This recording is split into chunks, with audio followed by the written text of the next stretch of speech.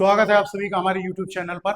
आज हम बजट को समझने जा रहे हैं। अभी 2 दिन पहले निर्मला सीतारमण जी ने बजट को पेश किया। हम बजट में डायरेक्ट इस बात पर नहीं आएंगे कि क्या हुआ क्या नहीं हुआ, ये सभी बता रहे हैं। हम पहले उसकी बेसिक टर्मिनोलॉजीज को, हिस्ट्री को समझेंगे, उसके बाद जाकर के बजट को कवर करेंगे, जिससे कि हमारे समझ में आए क्या थे बेसिक टर्म्स। उन सारे टर्म्स को, हिस्ट्री को, सारी चीजों को देखेंगे। आइए शुरू करते हैं। बजट, जो वर्ड आता है, वर्ड बजट, ये हमारे कॉन्स्टिट्यूशन में कहीं पर भी मेंशन ही नहीं। बजट नाम नहीं है, नाम क्या होता है? Annual financial statement. Annual financial statement, वार्षिक वित्तीय विवरण। क्या बोला जाता है? वार्षिक वित्तीय विवरण। बजट शब्द कहीं नहीं लिखा है कॉन्स्टिट्यूशन में। बजट का उल्लेख कहां पर है? हमारे यहाँ कॉन्स्टिट्यूशन में आर्टिकल 112 में बजट का उल्लेख किया गया है। बजट, ये जो शब्द है किस चीज से डेवलप हुआ, कौन सी शब्द से डेवलप हुआ? फ्रेंच भाषा की शब्द बुगेट या बुजेट, जो भी आप बोलेंगे। फ्रेंच तो मुझे आती नहीं, बोगेट, बोगेट या बुजेट, ये आप लोग हमको बताइएगा, क्योंकि फ्रेंच तो मुझे नहीं आती, कई लोगों को आती होगी, वो लोग बता सकते हैं। बोगेट शब्द से लिया गया, यानी कि डेवलप किससे हो रहा है? बोगेट शब्द किस भाषा का था? फ्रेंच वर्ड था ये, जिसका हिंदी में अर्थ होता है चमड़े का थैला, लेदर बैग। इसीलिए आपने देखा होगा कि जब भी बजट पेश किया जाता है तो आपने फाइनेंस मिनिस्टर के हाथ में एक बैग, ब्रीफ केस या file, red colour, brown colour, colour बदलते रहे, लेकिन देखा जरूर होगा। तो ये उसी की वजह से चमड़े का बैग, ये परंपरा चली आ रही थी हमारे यहाँ। कब से चली आ रही? 1860 से। 1860 से क्यों? क्योंकि हमारा पहला बजट कब पेश किया गया? 1860 में। This is the tradition from 1860। 1860 से ये ट्रेडिशन चला आ रहा था। अब आप बात आती है क्या? फर्स्ट बजट प्रेजेंटेड, पहला बजट का प्रेजेंट किया गया इंडिया में 1860 में। किसके द्वारा? जेम्स विल्सन के द्वारा। किसके द्वारा? जेम्स विल्सन के द्वारा। जेम्स विल्सन कौन है? जो प्रेजेंट डेट में आप देख रहे हैं standard chartered bank, standard chartered bank के संस्थापक और इकोनॉमिस्ट मैगजीन, इन दोनों के संस्थापक जेम्स विल्सन, इन्होंने पहला बजट पेश किया था 1860 में। ध्यान रखिएगा, इस टाइप के क्वेश्चंस बनते हैं। अगला आगे बढ़ते हैं।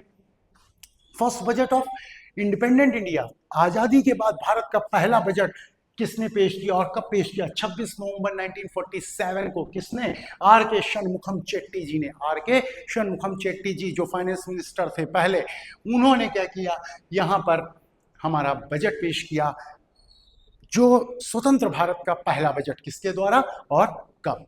इसके बाद एक हलवा रस्म होती है, हलवा सेरेमनी, इसके बारे में जानते हैं। क्या होता है हलवा सेरेमनी में? जैसे कि बोला जाता है ना कि शुभ काम से पहले कुछ मीठा हो जाए, बिल्कुल उसी स्टाइल में ये हलवा सेरेमनी। एक हलवा बनता है और सभी लोगों को खिलाया जाता है, जो लोग वहां पर उस काम में, किस काम के लिए? जो जितने भी लोगों ने प्रिपरेशन में मदद की, जो लोग प्रिपेयर करवाने में मदद करते हैं बजट के, उन सभी लोगों को हलवा खिलाया जाता है। उसके पश्चात ये सारी प्रक्रिया कहाँ होती? North block, north block Delhi में। और उसके बाद कोई भी व्यक्ति अपने घर बाहर कहीं नहीं जा सकता, वहीं पर उसको रहना होता है। No one allowed to leave the premises who are involved in making of budget. कहां पर? नॉर्थ ब्लॉक में प्रिंटिंग। जो भी इन्वॉल्व होते हैं बजट बनाने की प्रक्रिया में, वो सभी कोई भी घर नहीं जा सकते, उनको वहीं नॉर्थ ब्लॉक में रहना पड़ता है तब तक जब तक प्रिंटिंग होती है, और प्रिंटिंग होने के बाद जब तक बजट पेश नहीं हो जाता, इसी हलवा सेरेमनी के बाद, यानी कि मीठा खिलाया, कुछ मीठा, फिर उसके बाद बंद कर दिया गया और आप अपना काम करिए। तो लगभग ये जो प्रिंटिंग और इन सब चीज़ों में लगभग 10 दिन का प्रिपरेशन में टाइम लगता है। तो 10 दिनों तक सभी ऑफिशियल्स वहीं पर नॉर्थ ब्लॉक में ही रहते हैं। जब तक बजट पेश नहीं हो जाता तब तक सब वहीं पर रहते हैं। इसके बाद बहुत इंपॉर्टेंट क्वेश्चंस में से एक, पहला ई बजट, फर्स्ट ई बजट कब और किसने पेश किया? First E budget by finance minister Nirmala Sitharaman. यही निर्मला सीतारमण जी ने ही पहला ई बजट पेश किया था। कब? 1 फरवरी 2021 को। 1 फरवरी 2021, यानी कि वो कौन सा बजट था? यूनियन बजट ऑफ 2021-22 का जो पहला ई बजट हुआ था, यानी कि पेपरलेस बजट जिसको बोला जाता है। First paperless budget was presented by Nirmala Sitharaman.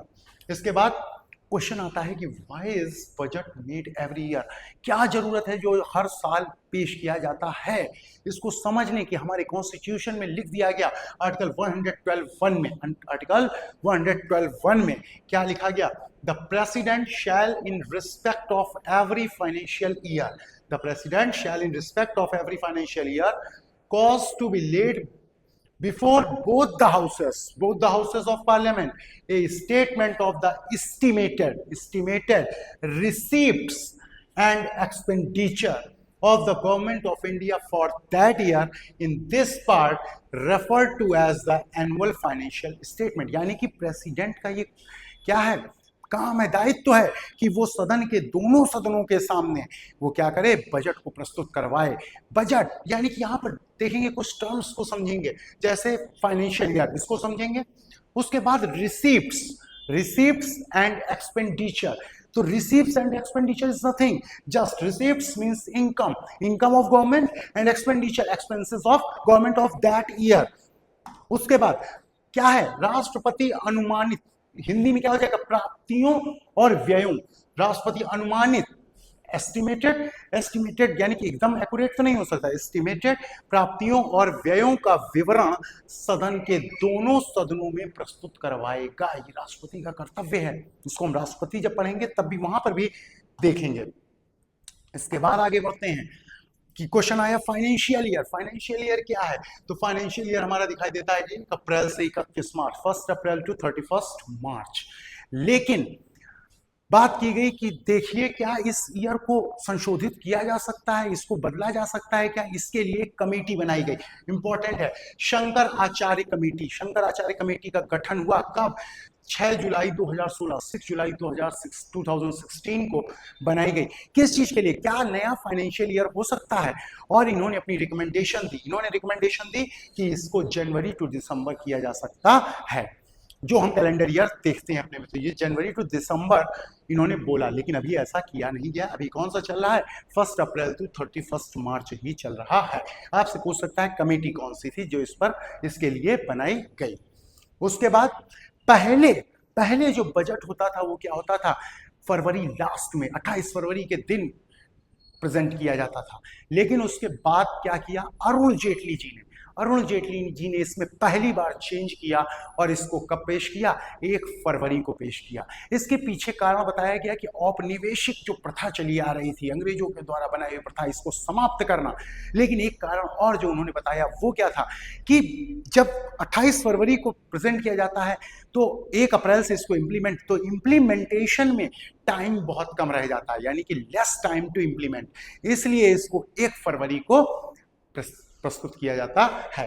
तो पहले फरवरी लास्ट में प्रेजेंट किया जाता था बजट, अरुण जेटली जी ने 1 फरवरी को करना शुरू किया। फर्स्ट टाइम चेंज हुआ इसमें कब, 2017, यानी कि 2017-18 2017-18 वाला जो बजट था पहली बार वो 1 फरवरी को पेश किया गया। तो चेंज कब हुआ, 2017। तो पहला कारण औपनिवेशिक प्रथा को बंद करना, कॉलोनियल सिस्टम को। उसके बाद लेस टाइम टू इम्प्लीमेंट, 1 अप्रैल से लागू करना होता है तो कम टाइम मिलता है, इसलिए इस तारीख को बदला गया।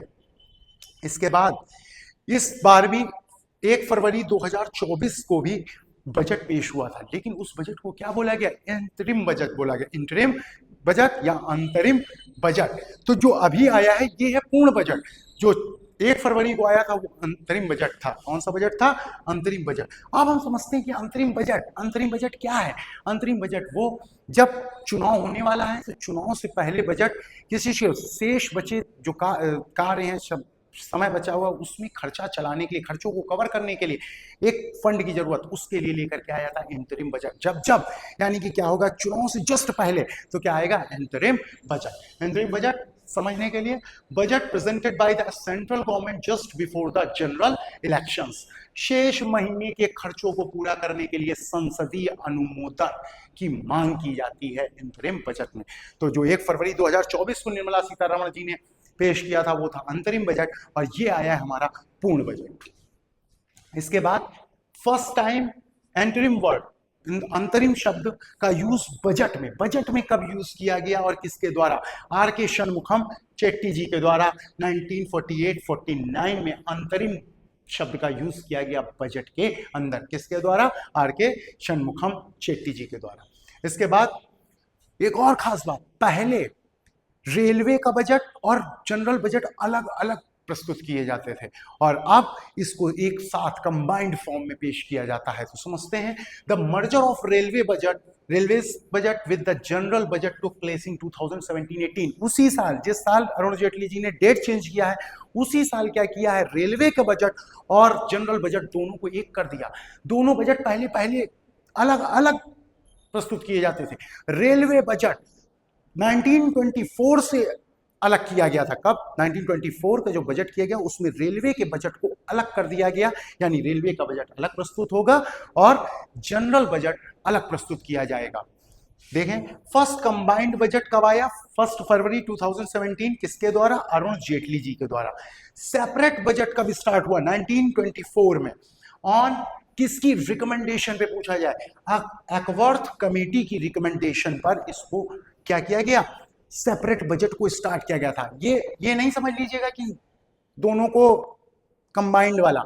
सेपरेट बजट की जो स्टार्टिंग हुई थी वो एकवर्थ कमेटी की रिकमेंडेशन पर, और इसके पीछे का कारण समझते हैं। वो क्या था कि रेलवे का जो बजट उस समय होता था वो 84% ऑफ टोटल बजट, मान लीजिए 100 रुपए टोटल बजट है, जिसमें से 84 रुपए किसका बजट होता था? रेलवे का बजट। आप समझ सकते हैं रेलवे पे इतना ज्यादा इन्वेस्टमेंट क्यों कर रही थी सरकार, ये आपको समझना चाहिए। इतिहास में पढ़ेंगे तो पता चलेगा रेलवे डेवलप किया, उनके द्वारा दी गई देन बताया जाता है, लेकिन वो अपने फायदे के लिए ही था। ये भी अपने दिमाग में रखा। आज हमारे लिए यूजफुल है, आज हमारे लिए सबसे ज्यादा यात्री ढोने का काम करता है, माल ढोने का काम कर रही है, लेकिन उस समय ये किसके लिए काम करती थी? एक जगह से दूसरी जगह सैनिक टुकड़ी को पहुंचना उसके काम आ रही है। कहीं से भी कोई भी रॉ मटेरियल लिया उसको तुरंत पोर्ट तक पहुंचाया और अपने यहाँ पर लेकर के जाना, उस चीज के लिए रेलवे को डेवलप किया जा रहा था। और कितना? 84% ऑफ टोटल बजट। इसलिए जरूरत पड़ी कि रेलवे के बजट को सेपरेट पेश किया जाए। अब 2016 में क्या स्थिति होती है? टोटल बजट का केवल 15% ही रेलवे का बजट आ रहा है, यानी रेलवे पर जो आ रहा है इन्वेस्टमेंट कितना? 15% का ही दिखाई दे रहा है। इसीलिए इसको क्या कर दिया गया? इसको मर्ज कर दिया गया और अब हमको कैसा मिला? कंबाइंड बजट देखने को मिला। आगे बढ़ते हैं। बजट प्रेजेंट कौन करता है? फाइनेंस मिनिस्टर, वित्त मंत्री। कौन करता है? वित्त मंत्री। हमारे यहाँ फाइनेंस मिनिस्टर कौन है? निर्मला सीतारमण जिन्होंने इस बार पेश किया। इसके बाद बनाने का काम, the annual budget is prepared by ministry of finance. कौन बना रहा है? Ministry of finance. The budget division of the DEA, department of economic affairs, किसके अंडर में काम करता है? In the finance ministry. Finance ministry के अंडर में is the nodal body. Nodal body कौन है? DEA, department of economic affairs. ये रिस्पॉन्सिबल है फॉर प्रोड्यूसिंग द बजट। इसके बाद क्वेश्चन आता है, सबसे ज्यादा बार बजट किसने प्रेजेंट किया, किसने प्रस्तुत किया? मोरारजी देसाई ने। किसने किया? मोरारजी देसाई ने। इन्होंने लगातार 6 बार किया। एक यानी कि 10 बार तो टोटल कर रहे हैं, 6 बार जिसमें से लगातार एक बार किया। वो कौन सा टाइम पीरियड था? 1959 से 1964, जब पंडित जवाहरलाल नेहरू क्या थे? भारत के प्रधानमंत्री। उस टाइम पर इन्होंने 5 बार, ये हुआ 1959 to 64, और उसके बाद एक अंतरिम बजट भी इन्होंने पेश किया। तो लगातार इनके कितने हुए? 6। सबसे ज्यादा बार भी इन्होंने किया 10 बार। सेकंड नंबर पे कौन आते हैं जिन्होंने सबसे ज्यादा बार बजट को पेश किया? वो उनका नाम है पी चिदम्बरम, कांग्रेस के ही पी चिदम्बरम। इन्होंने 9 बार बजट पेश किया। इसके बाद ये पहली भारतीय महिला वित्त मंत्री हुई निर्मला सीतारमण। इन्होंने भी इतिहास रच दिया। उन्होंने 6 बार किया था, इन्होंने लगातार 7वीं बार बजट पेश किया है। तो ये खास बात है कि इन्होंने क्या किया है? लगातार 7th टाइम, 7वीं बार लगातार इन्होंने बजट को पेश किया। इसके बाद क्वेश्चन आता है, सबसे लंबा बजटीय भाषण आज तक का किसका हुआ? सबसे लंबा बजटीय भाषण 1 फरवरी 2020 को 2 घंटे 40 मिनट का किसने? निर्मला सीतारमण जी ने दिया। इसके बाद जब लंबे की बात हो तो तुरंत छोटे की बात भी होगी। सबसे छोटा बजट का भाषण किसने दिया? हीरू भाई पटेल ने। किसने दिया? हीरू भाई पटेल। हालांकि ये अंतरिम बजट था, लेकिन फिर भी किसने दिया? हीरू भाई पटेल। इसमें महज 800 वर्ड्स ही थे, 800 वर्ड्स, जस्ट 800 वर्ड्स। हमने जैसे ये सीरीज स्टार्ट की है, इसमें बने रहिए। 2 से 3 दिन, 4 दिन में हम बजट को पूरी तरीके की एक एक टर्मिनोलॉजी को जब उसकी समझ जाएं, उसके बाद बजट में क्या हुआ, क्या होगी उसकी आगे की चुनौतियां, कैसे अच्छा होगा, कैसे बुरा होगा, एक एक चीज को समझेंगे। उससे पहले टर्म्स को समझना बहुत जरूरी है। ये आज हमने इतिहास को देखा, कल या परसों आने वाले वीडियो में हम क्या करेंगे, टर्मिनोलॉजीज को, टर्म्स को समझेंगे जो बहुत आवश्यक हैं बजट को समझने के लिए। अगर आपको हमारे वीडियो अच्छे लग रहे हैं तो उनको लाइक करें, चैनल को सब्सक्राइब करें, शेयर करें, कमेंट करें। धन्यवाद।